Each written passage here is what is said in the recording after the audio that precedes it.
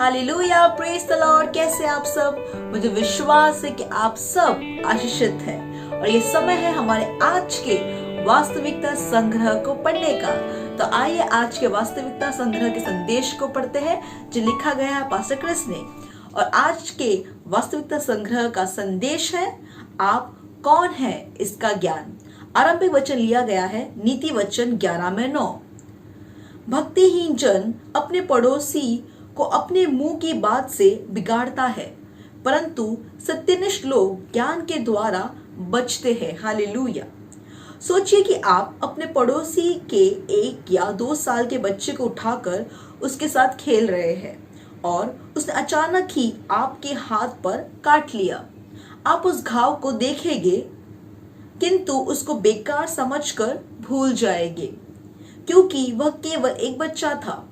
फिर जब आप जा रहे थे तो कोई आपके पास आया और कहा, मैंने इस बच्चे को तुम्हें काटते हुए देखा, परंतु क्या तुम जानते हो कि वह बच्चा HIV पॉजिटिव है?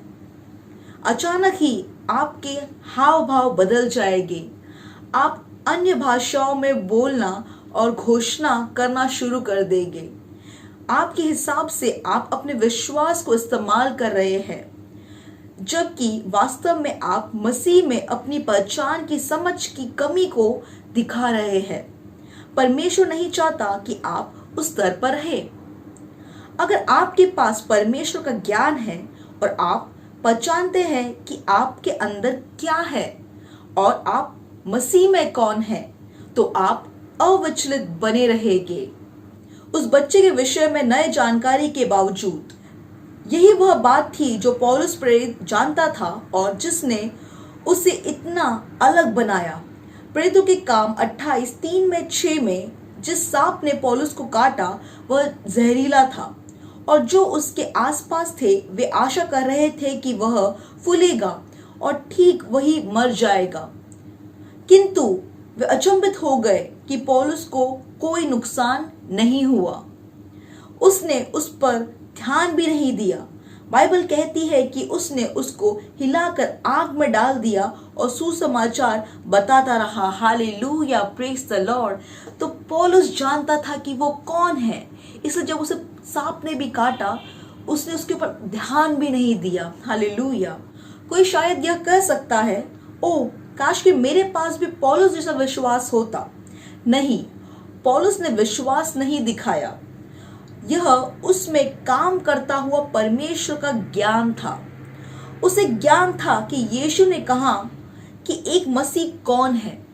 मार्कुस 16:17-18 में यीशु ने कहा, और विश्वास करने वालों में यह चिन्ह होगी, और यदि वे मृत्यु वस्तु भी पी जाएंगे तो भी उनको कुछ हानि न होगी। Hallelujah, praise the Lord.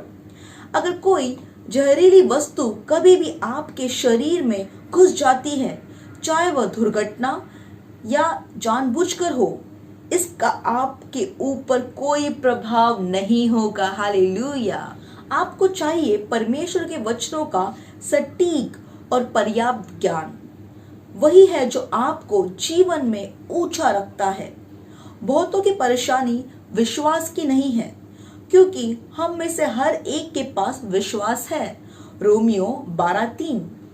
परेशानी है उनकी समझ की कमी कि वे कौन है और मसीह में उनका क्या है।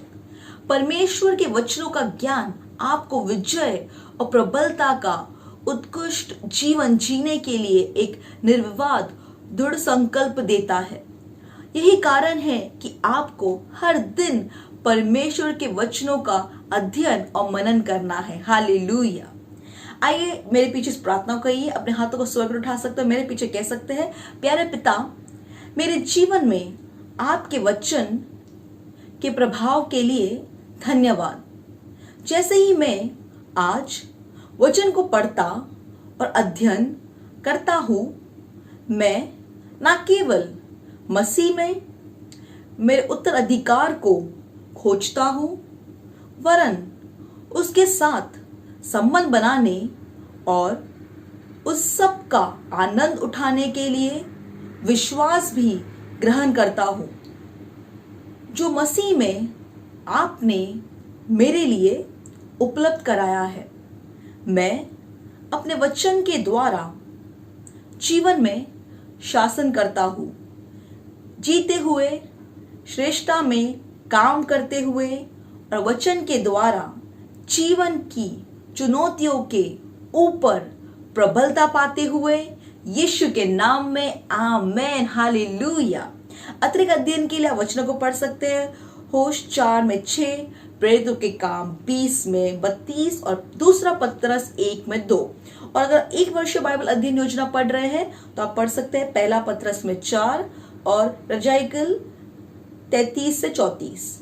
और अगर 2 वर्षीय बाइबल अध्ययन योजना पढ़ रहे हैं तो आप पढ़ सकते हैं प्रकाशित वाक्य 1 में 1 से 20 और होश में 3 से 4।